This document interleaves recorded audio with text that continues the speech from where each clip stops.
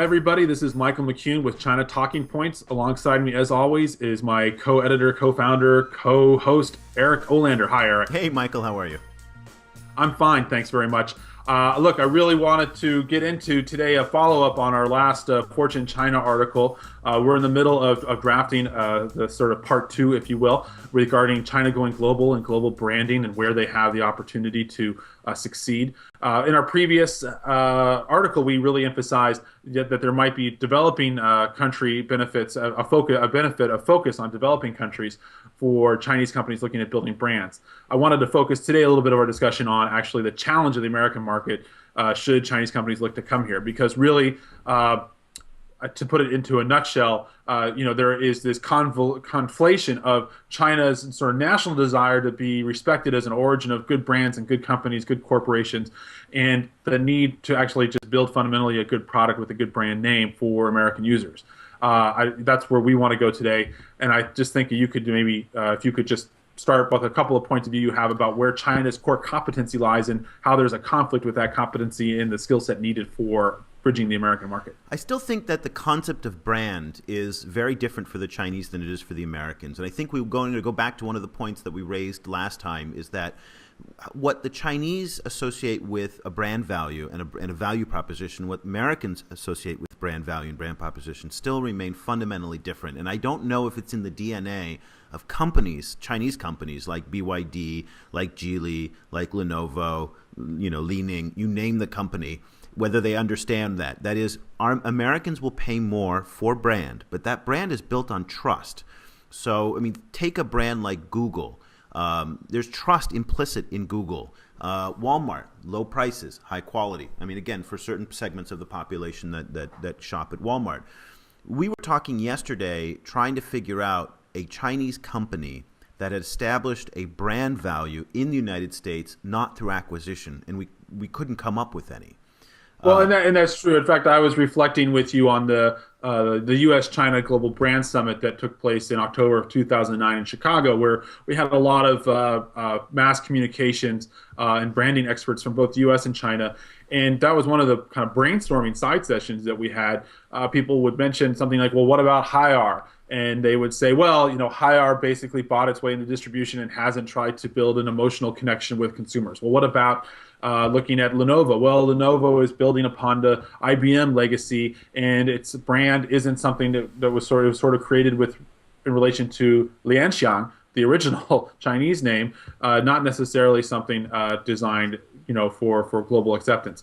And so they're looking for something replicatable, really. Who's that first trailblazer that said, here's a way to make an emotional connection with American consumers? And that's what they haven't seen, and they particularly haven't seen that articulated in our mass media. And one of the last points that I think should be made is that China needs to hire, and the fact that I'm looking for work, www.ericolander.com, China needs to hire people like you and me to help manage their brands here in the West. They can't do it with Chinese people.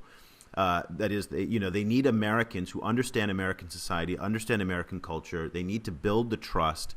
They need to follow the example of what the Japanese did so effectively. Toyota, invested deeply in understanding the American culture.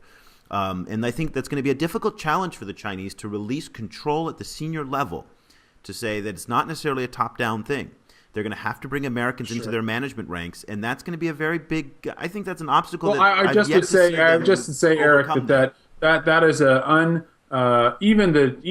every country does that unevenly, right? Even the Japanese still have companies here in the States trying to develop the market that are still kind of more in a Japanese mindset, trying to communicate across a cultural gap. Sure, but your point well taken is that the integration with American creative teams is probably the soft skill challenge. And I don't think it's about necessarily letting go as much as your other point about getting in more deeply, because we know that there's this Chinese management psyche, which is some of these great entrepreneurial companies that have become very large and made people very wealthy are run by individuals that are used to saying, do this. Yeah. And American creative types are used to saying, that's a bad idea, we're going to do this. Right. And that resolving how that dynamic plays out is sort of part of the key. Those executives embracing that that dialogue or discourse without feeling that their face or reputation is suffering from winning an idea or not. And we're burying the lead here because the best point that you made yesterday when we were talking about this kind of off the record was they need to create brands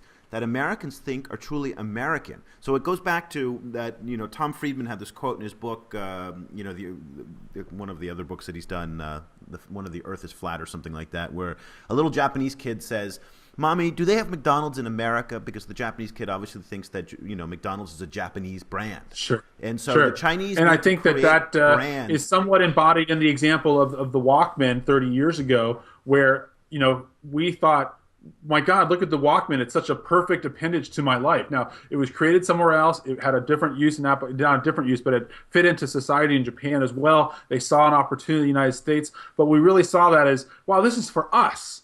And, oh, it's made by Sony. Oh, Sony's a Japanese company. That is a secondary and tertiary thought. The main thing was, thank you. Oh, my gosh, the Walkman is perfect for me. And that is really the moment. Didn't care where it was made.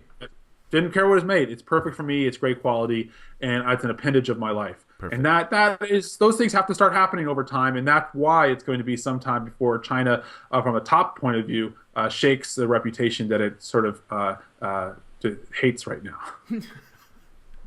So, thanks very much for having time to talk with me today, Eric. Thanks very much to everybody who had an opportunity to listen to us.